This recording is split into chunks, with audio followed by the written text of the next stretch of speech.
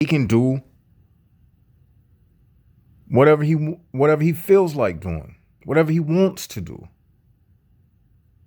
He's not regulated by pain. So if God wanted to just throw everybody in fire right now, it's not bad that he did that. It's bad to you because you feeling the pain. He not feeling the pain. So how would it be bad for him to do that? He's not the one feeling it. And if he were to alleviate the pain from you,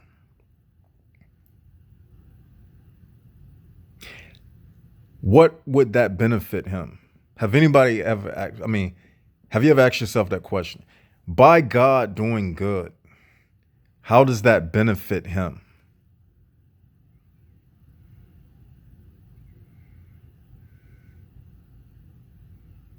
Let's say God created everything.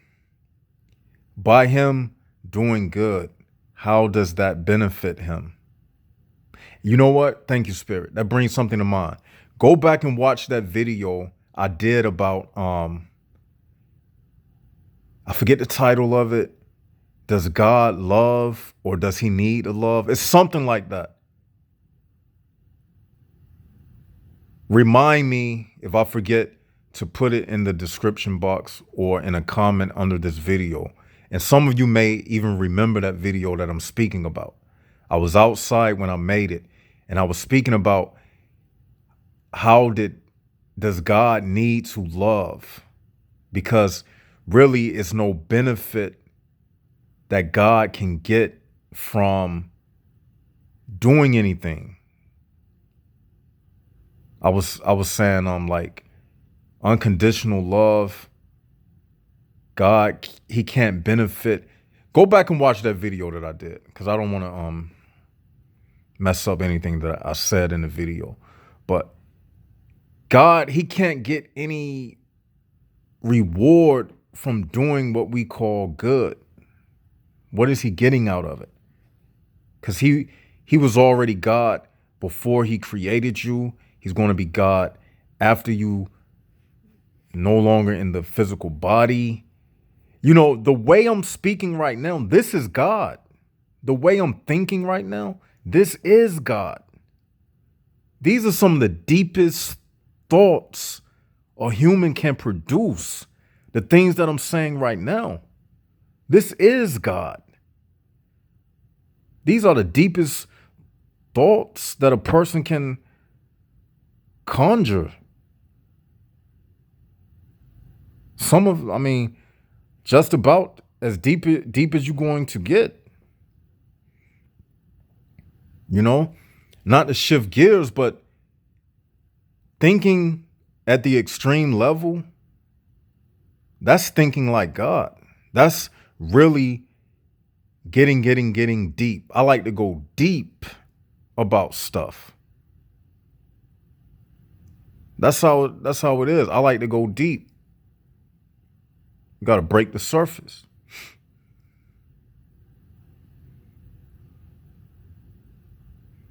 You see?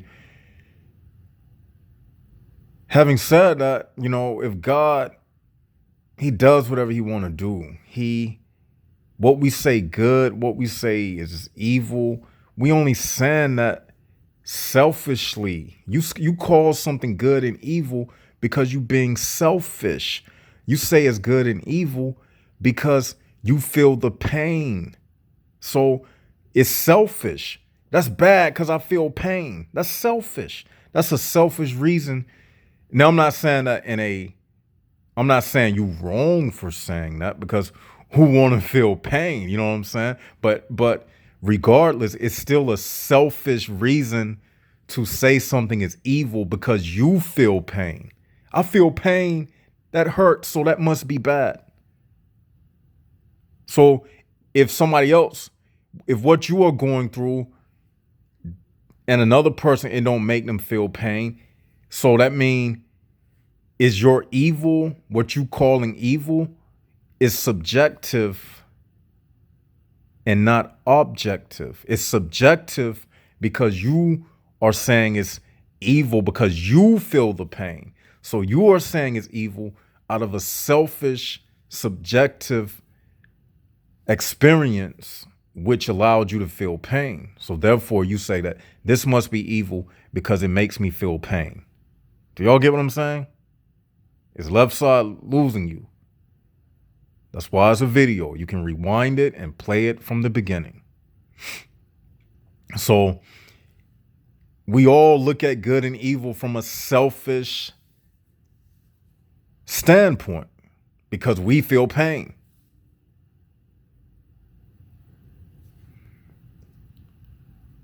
So a mannequin, right? You know what a mannequin is?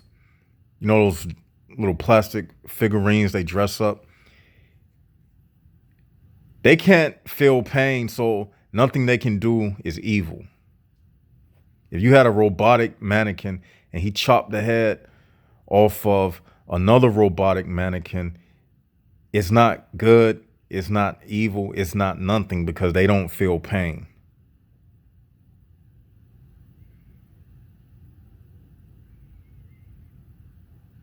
Let's just say they like spirits. They don't feel pain. They make you feel pain, but they don't feel pain. You get what I'm saying? God is a spirit. He don't feel pain. You see? So if God wanted to be the devil or do what we call bad things, it's only devilish because you are in a human body.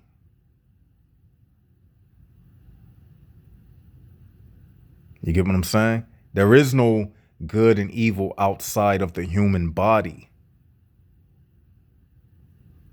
Good and evil only exist in the human body because the human body experiences pain.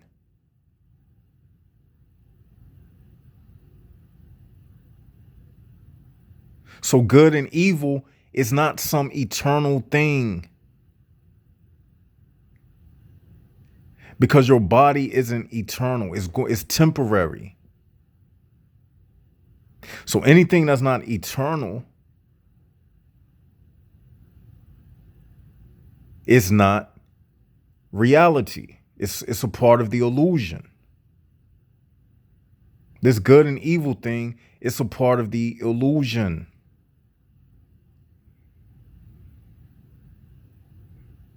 Good and evil is not necessary for existence. So it is a part of the illusion. Anything that's not necessary for existence is an illusion. It's pain that causes you to think something is good or evil. And you know how we say that the human prison bars are parasitical by nature? Okay, so is pain. Pain is parasitical in nature because it can only exist in a host body, your body. Without a body, pain does not exist. It is parasitical in nature. Do y'all get what I'm saying? Pain is parasitical in nature. Anything that is without pain is automatically, it feels good. No pain automatically feels good. No pain is not parasitical in nature. It doesn't need a body. You don't need a body to feel good. You can be pure consciousness and feel peace without having a body. You can't say the same for pain. You see, pain is attached to this world. Before the body, there was no pain. Before you was born, there was no pain. So pain is what? Attached to this world. It's not real. It's only skin deep.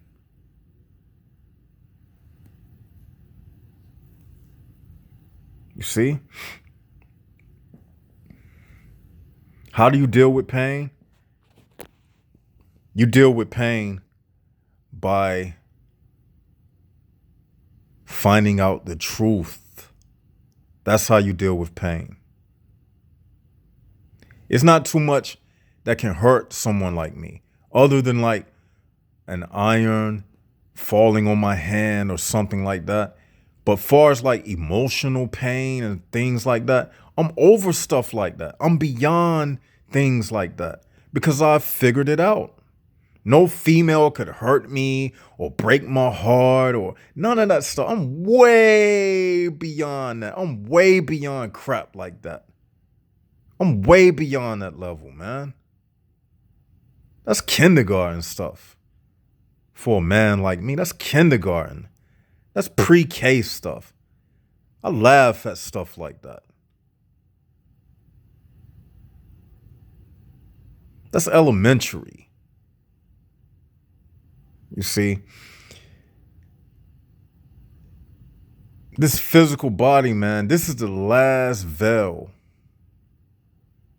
that keeps us from the eternal. Once you figure this stuff out, the last veil that keeps you from the eternal is a pinch on the arm. That little stinging sensation you feel, that's the last thing that keeps you from the eternal. That little pinch. Pinch yourself right now. Once you know the truth, what's the last thing you left with? Pinch yourself on the arm right now. Feel that little sting. That's it. You ready to break free.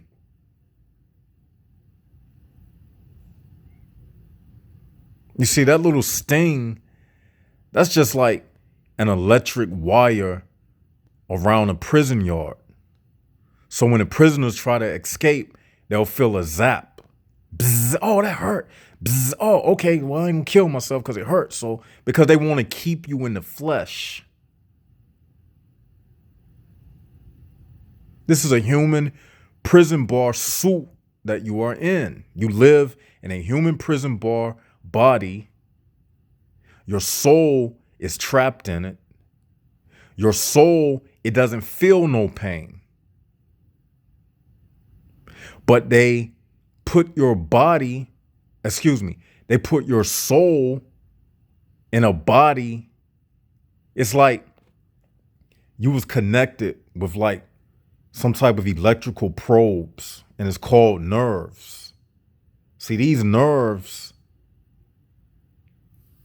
they attach to like the energy that's inside of you by way of your skin and your central nervous system and your spinal cord and your brain.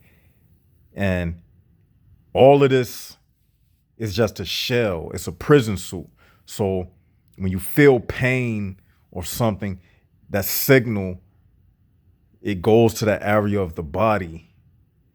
But your soul, it's inside of this body. You see, your thinking. See, that's why if somebody die in their sleep, they don't feel it, because you are out of the body when you are asleep. You're somewhere else. But you still attached to the body via your astral cord. Your astral cord is similar to the umbilical cord that attached you to your mother. So when you go to sleep at night, it's like you go through this portal, and you go to another dimension where you experience life somewhere else. You in a dream body. So if you were to die in your sleep, you wouldn't feel it. But when you wake up, you are reattached to that pain, that prison suit. So if someone pinches you, or some hot boiling water, like you spill it on your shirt or something, you will feel the pain. See, that pain is a constant reminder for you to be fearful of something that you see around you that can inflict pain upon you. So that pain is like a memory. It leaves a scar in your conscious, just like on your flesh. Most things you will remember in your life are painful experiences. If you was to ask a person to close their eyes, they're going to remember painful experiences more so than birthdays they had and things of that sort. Because you're smiling all the time, most of the time during the day. But if you have like a painful experience, you don't forget that because that's vital to survival. Smiling is not vital to survival. But when you growing up as a kid and you touch a hot stove and you burn yourself, you never forget that. Your body doesn't allow you to forget that.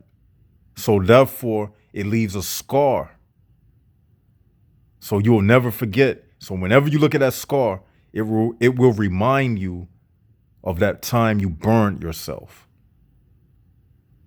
But if somebody tickle you and you start laughing, hee hee, ha ha ha, it doesn't leave a scar because that's not as important. So it doesn't leave a scar. Somebody tickle you, it don't leave a scar. That doesn't get embedded in your brain.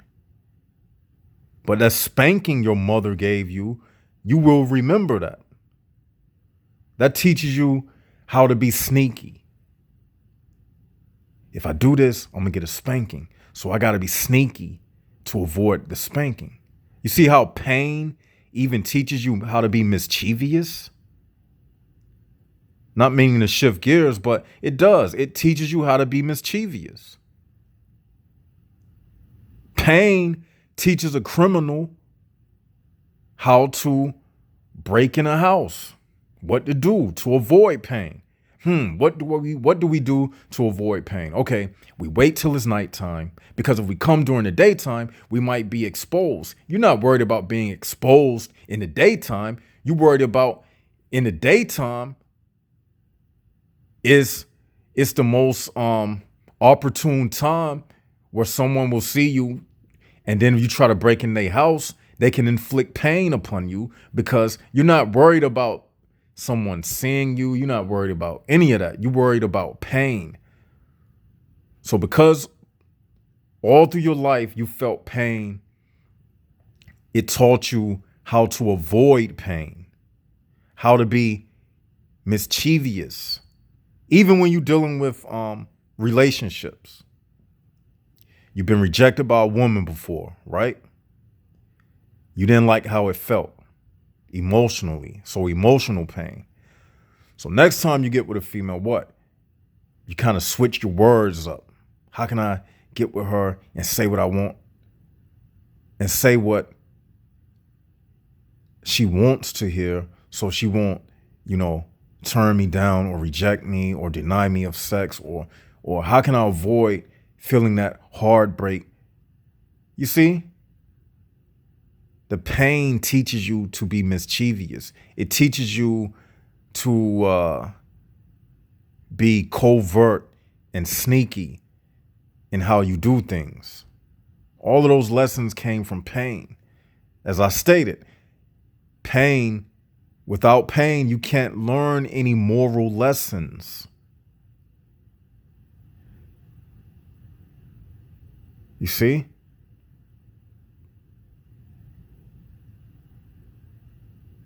So one might say, I've heard it all before. We was brought into this world to learn life lessons or to gain some spiritual, all of that is theoretical. At this point, I look at all of that stuff as theoretical. What I know is that what I'm telling you right now, you can take this to the bank. This stuff I'm telling you about pain, You can say that this is a spiritual lesson. You can say whatever you want to say, but the fact is, we were placed into this world to keep this thing, the HPB system, ongoing and ongoing and ongoing. That's why we was placed into this world. It's not for no spiritual lesson or any of that. See, that's just excuses people make. Oh, you signed a contract to be here. I've heard people say stuff like that. You didn't sign no contract to come into this world. You came into this world because your mother and your father, they didn't know what we know, and they had a child. They fell into the lust of the sexual organs because this whole nature, it just wants you to have a child. That's why sex feels so good. It doesn't tell you to be intelligent. It doesn't tell you to listen to Left Side of the Brain videos. He's going to tell you how to free yourself. He's going to tell you how to break out of this. It's not going to tell you that. Like I've told y'all before, intelligence is not necessary for this world. You see them dumb fools you see every day at the gas station, people you see at your school, on your jobs. You actually think they thinking about stuff like this? That ought to tell you that intelligence on this level that we be speaking upon is not necessary for life. It's not necessary to know these things that I'm saying to get a female pregnant. She don't even have to be smart her own self to get pregnant. Only thing she got to do is nothing. It's already designed for her to get pregnant. She don't have to be intelligent to breastfeed a baby. She don't have to be intelligent to have a baby. You don't have to be smart in this world, period. Because only thing it cares about is procreation and keeping you as ignorant to what I'm saying as it possibly can. That's what it boils down to. And then they throw in the illusion of difference to have you feeling like you unique and you got this special purpose in life and you special because the other person don't look like you. But in reality, everybody in this world